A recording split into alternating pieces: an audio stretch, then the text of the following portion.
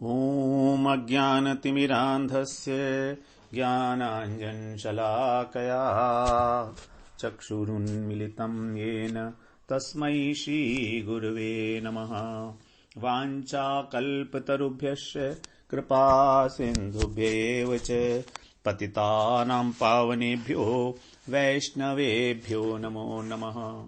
नमो महावदन्याय कृष्ण प्रेम प्रदायते कृष्णाय कृष्ण चैतन्य नाम्ने गौरत्विषे नमः। हे कृष्ण करुणा सिंधो दीनबंधो जगत्पते गोपेश गोपिका कांत राधा कांत नमोस्तुते। तप्त कांचन गौरांगी राधे वृंदावनेश्वरी वृषभानुसुते देवी प्रणमामि हरिप्रिये। वृंदायै तुलसीदेव्यै प्रियायै केशवस्य च कृष्ण भक्ति प्रदे देवी सत्यवत्यै नमो नमः। श्री कृष्ण चैतन्य प्रभो नित्यानंद श्री अद्वैत गदाधर शिवसदि गौर भक्त वृंद। हरे कृष्णा कृष्णा कृष्णा हरे हरे, हरे राम राम राम हरे हरे। हरे कृष्णा। सर्वप्रथम मैं अपने गुरुपाद पद्म ओम विष्णुपाद अष्टोत्तर शत श्री श्रीमद् भक्ति वेदांत माधव गोस्वामी महाराज के चरण कमलों में अनंत कोटि दंडवत प्रणाम ज्ञापन करता हूं। हम लोग ने कल श्रवण किया श्रीमद् भगवद गीता के 9वें अध्याय का 27वां श्लोक, जिसमें भगवान ने जो भागवत धर्म है, एक प्रकार से मतलब एक सामान्य व्यक्ति को क्या करना है, उसका यहां पर भगवान ने वर्णन किया था। तो भगवान ने यहां बताया था कि यत् करोषि यदश्नासि यज्जुहोषि ददासि यत् तपस्यसि कौन्तेय तत्कुरुष्व मदर्पणम्। यहां भगवान बता रहे हैं अर्जुन से कि जो कुछ भी कर्म करता है, खाता है, यज्ञ करता है, दान देता है, तप करता है, वो सब मुझे अर्पण कर। तो यद्यपि हम लोगों की कल बात हुई थी कि हम 28वें श्लोक में आज प्रवेश करेंगे, लेकिन इसी संबंध में थोड़ी सी चर्चा और करनी आवश्यक लगी, तो हम इसको थोड़ा सा एक बार और अच्छी तरीके से समझें, जिससे कि जो इसके अंदर भगवान का भाव है, जो वो हमसे चाह रहे हैं, उसको हम अपने जीवन में ग्रहण कर सकें। तो इस श्लोक के विषय में हम लोगों ने बात की थी कि यह भागवत धर्म है जो भगवान ने बताया है। इसी भागवत धर्म का जो प्रतिपादन है भगवान ने किया है भागवत में, श्रीमद् भागवत पुराण में 11वें स्कंद में, जब वो उद्धव जी के साथ बता रहे थे, उद्धव जी के प्रश्नों का उत्तर दे रहे थे। तो यही भागवत धर्म का विवेचन वहां पर भगवान ने तब किया जब उद्धव जी ने उनसे प्रश्न पूछा। भगवान ने वहां पर उद्धव जी को धर्म के विषय में और अनेक प्रकार के जो सांख्य धर्म है, वर्णाश्रम धर्म है, इत्यादि इत्यादि, योग, अष्टांग योग इत्यादि के विषय में बहुत विस्तृत रूप से बताया। फिर उद्धव जी के मन में वहां एक प्रश्न हुआ। उन्होंने भगवान से ये जानना चाहा कि जो सामान्य व्यक्ति हैं, जो सामान्य मनुष्य हैं, वो अपने परम कल्याण के लिए क्या करना चाहिए उनको। तो भागवत के 11वें स्कंद का 29वें अध्याय का प्रथम श्लोक यही है। तो उसमें उद्धव जी कह रहे हैं, उद्धव उवाच सुदुस्तरामिमां मन्ये योगचर्याम् अनात्मनः यथांजसा पुमान् सिद्धयेत् तन्मे ब्रूहि अंजसाच्युतः। यहां उद्धव जी प्रश्न पूछ रहे हैं भगवान से कि जो अनात्मन है, अनात्मन का मतलब है जिनके अंदर आत्मा अनात्मा का विवेक नहीं है, अर्थात जो ज्ञानी नहीं है, जो ज्ञान मार्ग का, ध्यान मार्ग का अवलंबन नहीं कर सकते, क्योंकि उनके अंदर तो कोई विवेक, आत्म और अनात्म विवेक अभी जागृत नहीं हुआ है। तो ऐसे व्यक्ति जो अपने मन को, इंद्रियों को भी वश में नहीं कर सकते, क्योंकि यहां पर गीता में भी भगवान ने 6ठे अध्याय में ये कहा कि तुम अपने मन को वश में करो, इंद्रियों को वश में करो, मुझ में लगाओ। तो अब उद्धव जी पूछ रहे हैं कि जो नहीं कर सकते ये काम, साधारण घर गृहस्थी के काम में फंसे हुए हैं, तो उनके द्वारा ये जो आपने बताई है योगचर्याम अर्थात योग साधना, ये सुदुस्तराम इमाम, इसको मैं बहुत सुदुस्तर मतलब बहुत कठिन मानता हूं, मन्य मानता हूं मैं। मेरे अनुसार आपने जो इतनी विशद व्याख्या की है योग की और ज्ञान की, सांख्य की, वो बहुत विशद है, बहुत कठिन है उसको फॉलो करना एक साधारण व्यक्ति के लिए। तो यथा अंजसा पुमान सिद्धयेत, यथा माने जिस प्रकार, पुमान माने मनुष्य, अंजसा माने आसानी से, अनायास, बिना किसी विशेष प्रयत्न के, सिद्धयेत, सिद्धयेत माने सिद्धि प्राप्त कर सकें। तो जिस प्रकार से मनुष्य आसानी से सिद्धि की प्राप्ति कर सकें, सिद्धि की प्राप्ति क्या? भगवत प्रेम की प्राप्ति। तो जिस प्रकार से मनुष्य सुगमता पूर्वक सिद्धि मिल जाए उनको, तन में ब्रूहि अंजसा च्युतः, तन में उसको आप मुझे, में माने मुझे, ब्रूहि माने कहो, बताओ, अंजसा अच्युत, हे अच्युत आप मुझे बताइए। मतलब वो करने में भी आसान हो और समझने में भी आसान हो। तो साधारणतः हम सब लोग, मनुष्य यही चाहता है कि जो भी हमारी इच्छा है उसके लिए हमें बहुत अधिक मेहनत ना करनी पड़े और बहुत अधिक इंतजार भी ना करना पड़े। यह हमारी जनरली एक थिंकिंग रहती है किसी भी वस्तु को प्राप्त करने के लिए, कि एक आसान सा रास्ता जिससे जल्दी ही हमें प्राप्ति हो जाए, तो उसके लिए व्यक्ति जो है आतुर रहता है। तो यहां पर वो उसी बात के लिए कह रहे हैं कि आप वही उपाय बताओ जो आसानी से समझ में आए और करने में भी आसान हो। इसीलिए यहां पर उद्धव जी ने 2 बार इस श्लोक में अंजसा अंजसा शब्द का प्रयोग किया। यथा अंजसा पुमान सिद्धयेत तन्मे ब्रूहि अंजसा च्युतः, 2 बार कहा अंजना, अंजसा अंजसा। अंजसा का मतलब होता है आसानी से, सुगमता पूर्वक, मतलब समझने में भी ज्यादा मुश्किल ना हो और करने में भी ज्यादा मुश्किल ना हो। बड़ा महत्वपूर्ण प्रश्न पूछ रहे हैं उद्धव जी यहां पर भगवान से। ये वाला जो उद्धव जी का प्रश्न है, ये इसी का उत्तर है जो भगवत गीता में इस 27वें श्लोक में दिया है, और इसी श्लोक की भगवान आगे श्रीमद् भागवत के अंदर बताएंगे उसको डिटेल में कि इसका मतलब क्या है। भगवान ने यहां 9वें अध्याय के शुरू में कह दिया था कि ये जो मैं तुम्हें बता रहा हूं ये राजविद्या है।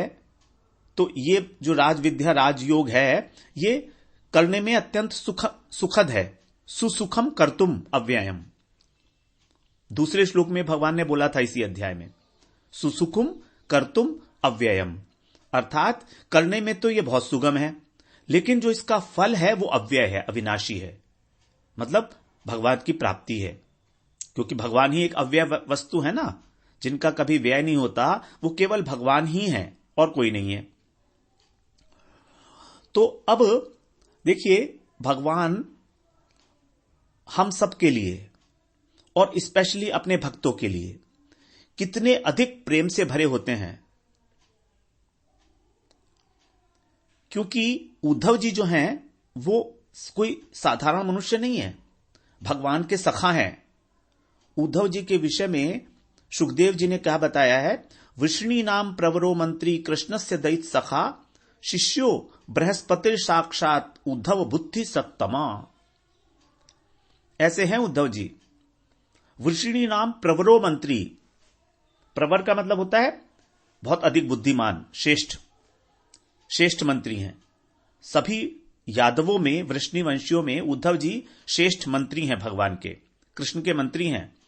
द्वारका में जब भगवान करते थे शासन तो उद्धव जी ही उनके मंत्री थे। कृष्ण से दैत सखा, और कृष्ण के सखा भी हैं। शिष्यो बृहस्पति साक्षात, साक्षात बृहस्पति के शिष्य हैं। बृहस्पति देवताओं के गुरु हैं, तो उन्हीं से उद्धव जी ने शिक्षा अर्जन की है। उद्धव बुद्धि सत्तमा, बुद्धि सत्तम का मतलब है सर्वश्रेष्ठ बुद्धि वाले। एक होता है सत, फिर सत्तर, फिर सत्तम, तो यहां पर बोले सत्तमः, अत्यंत बुद्धिमान। तो इतने बुद्धिमान उद्धव जी से भगवान ने जब ये बात सुनी, ये प्रश्न सुना, तो भगवान हंस पड़े। भगवान समझ गए कि अब उद्धव जी का जो हृदय है वो इस जगत के जीवों के प्रति द्रवित हो गया है और उन्हीं के लिए ये प्रश्न पूछ रहे हैं, मानो उनका प्रतिनिधित्व कर रहे हैं। किसका? हम लोगों का। हम जैसे साधारण लोगों का प्रतिनिधित्व करते हुए उद्धव जी ये प्रश्न पूछ रहे हैं भगवान से। तो भगवान क्या उत्तर देते हैं, हम लोग उसको श्रवण करते हैं। 8वां श्लोक है 29वें अध्याय का ही, 11वें स्कंद में। हंत ते कथयिष्यामि मम धर्मान् सुमंगलान्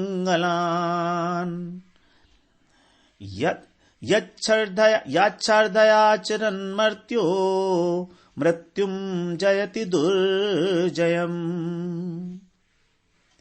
भगवान कह रहे हैं हंत ते कथयिष्यामि। हंत का मतलब होता है जब कोई आश्चर्य की बात होती है। अब आश्चर्य दुख में भी होता है और सुख खुशी में भी होता है। तो भगवान यहां पर अपनी खुशी जो है वो प्रकाशित कर रहे हैं। उद्धव से कह रहे हैं, उद्धव जी बड़ी खुशी की बात है कि आपने लोगों के कल्याण के लिए इतना अच्छा प्रश्न पूछा है। तो अब मैं तुम्हें एक ऐसा उपाय बताऊंगा, जो कथयिष्यामि बताऊंगा, जो सारे घर गृहस्थी के काम करता हुआ जो साधारण व्यक्ति है वो भी भली भांति भगवत प्राप्ति कर पाए। तो मेरे द्वारा मैं जो कहूंगा ये वाला धर्म, ये कैसा धर्म है? मम धर्मान सुमंगलान। ये धर्म कैसा है? सुमंगलान, सुमंगल करने वाला है। मंगल का अर्थ होता है कल्याण, लेकिन संस्कृत में जो मग धातु है जिससे मंगल शब्द बना है, उससे गति का बोध होता है। गति का मतलब चलना, आगे बढ़ना, उन्नति करना, प्रगति करना। अब इसी के पहले भगवान ने यहां पर सुमंगलान बोला। सुमंगलान मतलब सर्वोत्कृष्ट तरीके से आगे बढ़ना। तो भगवान ये कह रहे हैं कि जो इस प्रकार इस धर्म का पालन करता है वो सबसे अच्छे तरीके से सर्वोच्च रीति से उन्नति प्राप्त कर सकता है। उन्नति किसमें? भगवत प्राप्ति में। जो भगवान अभी जो बात कहने जा रहे हैं उसकी विशेषता बता रहे हैं भगवान यहां पर कि वो धर्म कैसा है। सुमंगलान, अत्यंत भली प्रकार सर्वोत्कृष्ट उन्नति को देने वाला, भजन में प्रगति को देने वाला, जिससे हम लोग भजन में प्रगति कर पाए। तो इसीलिए हम लोग इस विषय की, इस श्लोक की चर्चा कर रहे हैं कि हमारे लिए ये भक्ति योग के प्रसंग में अत्यंत आवश्यक एक विषय हो जाता है। तो हम लोग इसको थोड़ा सा एकाग्र मन से श्रवण करेंगे जो भगवान आगे कह रहे हैं। तो जो भी इस धर्म का श्रद्धापूर्वक आचरण करता है, यत श्रद्धया, श्रद्धया बोला ना, श्रद्धया आचरण, जो आचरण करता है, मर्त्यो माने मनुष्य, जो मनुष्य इस धर्म का अच्छी प्रकार आचरण करता है श्रद्धापूर्वक, मृत्युम जयति दुर्जयम। मृत्यु को कोई जीत सकता है क्या? नहीं जीत सकता, दुर्जय है मृत्यु। तो वो मृत्यु को भी जीत लेता है। इस धर्म का महत्व बता रहे हैं भगवान, भागवत धर्म का। ये जो हमारा श्लोक है 27वां श्लोक बहुत इंपॉर्टेंट है भगवत गीता का श्लोक। ये भगवत गीता के लगभग मध्य में पड़ता है ये श्लोक हमारे, लगभग मध्य में। 700 श्लोक है ना टोटल, तो लगभग मध्य में पड़ता है यत करोषि यदश्नासी। इसके अंदर भगवान ने बहुत बड़ा रहस्य एक छुपा के भेजा हुआ है हमको, और हम उसी रहस्य का उद्घाटन कर रहे हैं, उसको समझने का प्रयास कर रहे हैं श्रीमद् भागवत पुराण का आश्रय लेकर, क्योंकि वहां भी भगवान ने बिल्कुल इसी प्रकार से बात की है। वहां पर उनके सखा हैं उद्धव और यहां पर उनके सखा हैं अर्जुन। लेकिन वहां पर भगवान आराम से बात कर रहे हैं, वहां पर कोई जल्दी नहीं है, अच्छी तरह समझा के विस्तार पूर्वक। लेकिन यहां पर तो थोड़ा जल्दी है, इसलिए बहुत सारी बातें भगवान ने यहां पर संक्षेप में बताई हैं। तो हम लोग बात कर रहे थे कि जो श्रद्धा पूर्वक आचरण करता है वो, ये जो संसार है ये जन्म मृत्यु रूप है, इसी को भगवान कह रहे हैं मृत्युम जयति दुर्जयम। इस संसार रूपी मृत्यु को जो जीता नहीं जा सकता, दुर्जय है, उसको भी जीत लेता है जो उसका आचरण करता है। तो यहां पर भी देखिए भगवान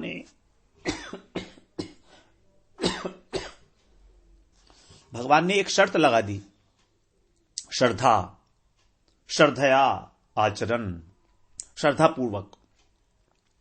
और भगवत गीता में इस अध्याय के प्रथम श्लोक में ही भगवान ने कहा था अनसूयवे, जो दोष दृष्टि से रहित है। और इसी अध्याय के तीसरे श्लोक में बोला अश्रद्धालु व्यक्ति भगवान को प्राप्त नहीं कर सकता। अश्रद्धा ना पुरुषा धर्मस्यास्य परंतप, अप्राप्य माम निवर्तन्ते मृत्यु संसार वर्तमनि।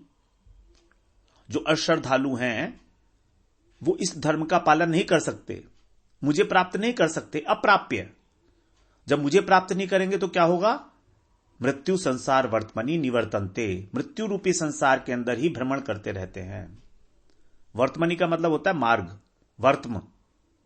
तो मृत्यु रूपी संसार का जो रास्ता है, पथ है, उसके ऊपर ही निवर्तन्ते।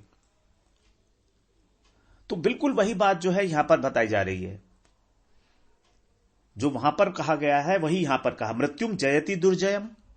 मृत्यु को जीत लेता है जो इसका पालन करता है श्रद्धा पूर्वक, और जो अश्रद्धालु है, जो इसका पालन नहीं कर सकता, वो मृत्यु रूपी संसार में भ्रमण करता रहता है। तो भगवान ने वहां पर व्यतिरेक रीति से बात बताई गीता में, वहां पर नहीं, गीता में, मतलब हम तो गीता में ही है ना, तो गीता में व्यतिरेक रीति से बात बताई है कि मुझको प्राप्त न करके वो संसार में भ्रमण करेगा जो श्रद्धालु है, और यदि श्रद्धा है तो वो इस संसार को जीत लेगा और भगवान को प्राप्त करेगा। तो कितनी इंपॉर्टेंट बात है। वहां पर भी भगवान ने कहा था धर्मस्य परंतप, धर्मस्य, इस धर्म को, ये वही है जो भागवत धर्म है जिसकी भगवान यहां पर विवेचन करने जा रहे हैं। अब हम थोड़ी सी चर्चा करेंगे श्रद्धा के विषय में। यद्यपि हम लोग अनेकों बार श्रद्धा के विषय में चर्चा तो कराए हैं, लेकिन हर बार कुछ नई बात निकल के आती है श्रद्धा से। ये तो हम जानते हैं श्रद्धा दो प्रकार की होती है, लौकिक श्रद्धा, परमार्थिक श्रद्धा। जो श्रद्धा इस संसार की वस्तुओं के प्रति होती है, उनकी ओर इंगित करती है, उनका लक्ष्य करती है, उसको बोलते हैं लौकिक की श्रद्धा। और जो भगवान को लक्षित करती है, परमार्थ को, वो परमार्थिक श्रद्धा हो गई। तो यहां पर श्रद्धा का अर्थ हम लेंगे परमार्थिक श्रद्धा, क्योंकि यहां लौकिक बात तो हो ही नहीं रही है, यहां तो भगवत प्राप्ति की बात हो रही है, भगवत प्रेम प्राप्ति की बात हो रही है। तो श्रद्धा शब्द जो बना है वो बना है श्रत से, श्रत, श्रत, श्रत, और श्रत कहते हैं सत को। भगवान का जो स्वरूप है सत्य चित आनंद, उसमें जो सत शब्द है वही है श्रत, और धा शब्द का अर्थ है धारण करना। तो श्रद्धा का अर्थ क्या हुआ? जो सत को धारण करता है। तो जो सत को धारण करता है, और सत क्या है? भगवान ही सत वस्तु हैं, गुरु ही सत वस्तु हैं, वैष्णव ही सत वस्तु हैं। तो हरि गुरु वैष्णव ही सत वस्तु हैं, हमारे शास्त्र सत शास्त्र हैं। तो इनके प्रति जो हमारी बुद्धि है, आस्तिक बुद्धि, इसके अंदर जो हमारी आस्तिकता है, उसी का नाम है श्रद्धा। क्योंकि धारण तो किया जाता है ना बुद्धि से, किसी भी वस्तु को धारण करने के लिए क्या क्या चीज है हमारे पास? धृति। और धृति जो है वो बुद्धि की, सूक्ष्म बुद्धि की ही एक फैकल्टी विशेष है। धृति का मतलब है धारण करना, बुद्धि का मतलब है निश्चय करना। तो पहले धारण किया जाता है, फिर निश्चय किया जाएगा। तो यहां पर धृति मतलब धारण करना, तो उसी को बोला श्रद्धा। तो जो श्रद्धा से युक्त होता है और फिर इस धर्म को, भागवत धर्म को धारण करता है, मतलब जो हरि गुरु वैष्णव के प्रति श्रद्धा करता है, वही दुर्जय मृत्यु को प्राप्त कर सकता है। दुर्जय संसार को, मृत्युम जयति दुर्जयम, अमृतत्व की प्राप्ति उसी को होती है। अब जो हम परमार्थिक श्रद्धा की बात की, इसके दो लक्षण बताए गए हैं। स्वरूप लक्षण है परमार्थिक श्रद्धा का श्री कृष्ण सेवा वासना का उदय। बहुत गंभीर बात है ये। श्रद्धा का स्वरूप लक्षण है ये श्री कृष्ण सेवा वासना का उदय, अर्थात हमारे मन में भगवान की सेवा करने की वासना उत्पन्न हो, तभी हम कहेंगे कि हमारी वास्तविक श्रद्धा है। लेकिन जो इसका तटस्थ लक्षण है वो है दृढ़ विश्वास और संशय नाश। हम लोगों ने जो पहले बात की श्रद्धा की, वहां पर हम लोगों ने श्रद्धा की एक ही डेफिनेशन बताई थी, दृढ़ विश्वास और संशय नाश। लेकिन ये हमको तटस्थ लक्षण समझने पड़ेंगे। जो इसका स्वरूप लक्षण है, जो रियल श्रद्धा है, वो है भगवान की सेवा वासना का उदय, हमारे अंदर सेवा प्रवृत्ति का जागना। उसके बिना रह ही ना पाए, वही कहलाएगी श्रद्धा, वही है वास्तविक श्रद्धालु। तो अब भगवान अगले श्लोक में बताएंगे वो भागवत धर्म क्या है। तो हम लोग अब भागवत धर्म के विषय में श्रवण करते हैं, भगवान क्या कह रहे हैं। ये बहुत इंपॉर्टेंट चीज है, ये बहुत इंपॉर्टेंट श्लोक है जो हम अभी श्रवण करने जा रहे हैं। जो हमने 27वां श्लोक 9वें अध्याय में श्रवण किया, उसका ही ये सार है, समझ लीजिए। उसका सार तत्व है, एसेंस है उसकी। तो भगवान 11वें अध्याय के 11वें स्कंद के ही 29वें अध्याय के और 9वें श्लोक में बोल रहे हैं। ये क्या बोल रहे हैं? कुर्या सर्वाणि कर्माणि मदर्थम शनकै स्मरन् मय्यर्पित मनश्चित्तो मद्धर्मात्मनोरतिः। कुर्यात् सर्वाणि कर्माणि मदर्थम शनकै स्मरन् मय्यर्पित मनश्चित्तो मद्धर्मात्म मनोरतिः।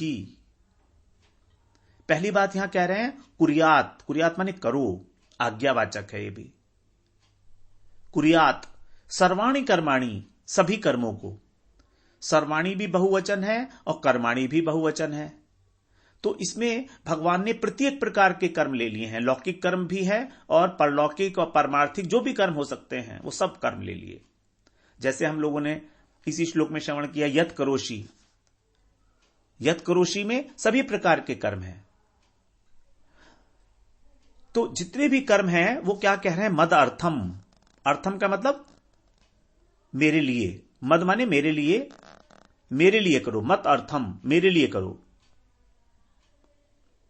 तो जो कुछ भी कर रहे हो वही करते रहो, कोई विशेष कार्य नहीं करना है, नया कार्य नहीं करना है कोई, लेकिन उसको अपने लिए मत करो। जैसे यदि भोजन करना है तो भोजन भी अपने लिए मत करो। अब प्रश्न तो उठेगा ही कि भोजन अपने लिए नहीं करो तो किसके लिए करो? तो भगवान कह रहे हैं मैं बैठा हूं ना तुम्हारे हृदय में अंदर, मुझे क्या भूखा रखोगे? मैं तुम्हारे हृदय में बैठा हूं। हृदय से अर्जुन तिष्ठति, भक्तों के हृदय में भगवान रहते हैं। भगवान कह रहे हैं कि मैं भक्तों का हृदय हूं। तो भक्त भगवान बैठे हैं वहां पर, तो भगवान के लिए भोजन करो।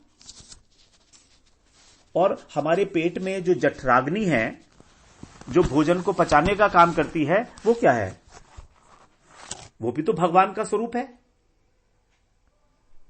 जठराग्नि, जिसको हम लोग वैश्वानर भी बोलते हैं। अब 15वें अध्याय के 14वें श्लोक में भगवान बता रहे हैं कि वो मैं हूं। अहम वैश्वानरो भूत्वा प्राणिनाम देहम आश्रितः सभी प्राणियों का आश्रय लेकर मैं उनके अंदर वैश्वानर के नाम से स्थित हूं। जठराग्नि जो है हमारी, जो हमारे अन्न को पचाती है। पचामी अन्नम चतुर्विधम, प्राणापान समायुक्त पचामी अन्नम चतुर्विधम। जो 4 प्रकार के जो हम लोग अन्न खाते हैं उसको पचाती है वो जठराग्नि। तो भगवान कह रहे हैं वो मैं हूं, अहम वैश्वानरो भूत्वा। वैश्वानर होकर मैं वहां पर स्थित हूं, तो तुम मुझे खिलाओ ना, तुम क्यों खा रहे हो? अब अपने लिए भोजन करोगे तो हम उसको कहेंगे भोग, और भगवान के लिए भोजन करेंगे, प्रसाद पाएंगे, तो हो गया भक्ति। अब देखिए ना, दोनों स्थितियों में जो ग्रास है भोजन का वो हमारे मुंह में ही तो जा रहा है, कहीं और तो नहीं जा रहा। लेकिन एक साधारण व्यक्ति जब भोजन करता है तो वो उस भोजन को डालता है अहंकार के मुंह में। उसको यह अहंकार है कि मैं भोगता हूं, मैं खा रहा हूं। लेकिन एक भक्त क्या करता है? भक्त जब भगवान का प्रसाद पाता है तो वो सोचता है कि मैं भगवान के लिए खा रहा हूं, भगवान के मुंह में डाल रहा हूं। तो यदि भोजन करते हुए हम मन मन में भगवान के नाम का उच्चारण करते रहें, हरि नाम करते रहें, हरे कृष्णा कृष्ण कृष्ण हरे हरे, हरे राम राम राम हरे हरे, तब सोचिए वो भोजन क्या हो जाएगा। भगवान को अर्पित किया हुआ है और फिर हम अपने पेट में डाल रहे हैं उसको, और वहां पर भी हमारी जीवा के अंदर, हमारे मन के अंदर भगवान का नाम का स्मरण चल रहा है, तो सोचिए वो भोजन क्या हो गया। अब वो भोजन कहाँ रहा, अब तो वो भक्ति हो गई, भजन का अंग हो गया। तो इस प्रकार से जब हम भोजन करते हैं ये मानकर कि हम भगवान के लिए ही भोजन कर रहे हैं, अपने लिए नहीं कर रहे हैं, तो क्रिया तो वही है, पेट तो भरेगा ही, लेकिन उद्देश्य बदल गया, एटीट्यूड बदल गया। हमारा काम करने का हमारा जो उद्देश्य था, जो इंटेंशन थी, वो बदल गई, मूलभूत परिवर्तन हो गया। बस इतना सही तो करना है। तभी तो भगवान ने कहा कि सभी कुछ कुर्यात सर्वाणि कर्माणि मदर्थम, मेरे लिए करो, अपने लिए मत करो। अपनी सोच को बदलना है थोड़ा सा। इवन जब हम लघु शंका करते हैं तो लघु शंका जैसा कार्य निकृष्ट कार्य है, वो कैसे होगा भगवान का भजन? वो भी भगवान का भजन हो सकता है, लघु शंका जाना भी।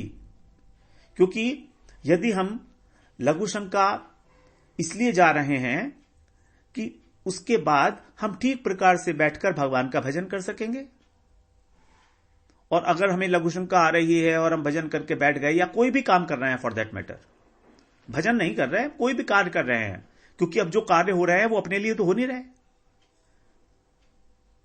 अपनी प्रसन्नता के लिए तो हो नहीं रहे। चाहे हम ऑफिस में बैठे हैं, चाहे हम घर में काम कर रहे हैं, कुछ भी कर रहे हैं अपने शरीर से, मन से, वाणी से, जब वो भगवान की प्रसन्नता के लिए हो रहे हैं तो उसको हम ठीक प्रकार से कर पाएंगे। अगर हमारे ऊपर प्रेशर नहीं आ रहा है लघु शंका का, तो, और लघु शंका का प्रेशर आ रहा है तो वही दिमाग में घूमता रहेगा। तो जब हमने अपने कर्म करने का उद्देश्य भगवान की प्रसन्नता को बना लिया, तो उस समय लघु शंका जैसा कार्य भी भगवान का भजन का अंग हो गया। थोड़ी आश्चर्य की बात है ये, लेकिन इसको हमें इसी प्रकार से समझना भी है। हमें अपनी विचारधारा में समूल परिवर्तन करना है, radical transformation. We have to be thinking on an all together different wavelength. हमारी सारी सोच बदलनी पड़ेगी हमको। वास्तव में भजन सोच का ही एक विषय है। बस जो कुछ भी कर रहे हैं हम उसको भगवान की सेवा में लगा दें, वही हो गया भजन, वही हो गई भक्ति। इसीलिए तो भक्ति कह रहे हैं भगवान कर्तुम सुसुखम अव्ययम, करने में इतनी सरल है। क्या हमने कोई आसन प्राणायाम प्रत्याहार किया? क्या आसन लगाया? क्या कुछ नहीं किया। ना वैराग्य किया, ना जंगल में गए, ना ध्यान लगाया, कुछ नहीं किया। जो कर रहे थे वही कर रहे हैं। तो एक ये बात हुई, पहली बात कि जो कुछ भी करना है वो भगवान के लिए करना है। कुर्यात सर्वाणि कर्माणि मदर्थम। अब वो करना कैसे है और उसके साथ क्या करना है वो हम लोग अगली बार श्रवण करते हैं। वाञ्छाकल्पतरुभ्यश्च कृपा सिन्धुभ्येव च पतितानां पावनेभ्यो वैष्णवेभ्यो नमो नमः।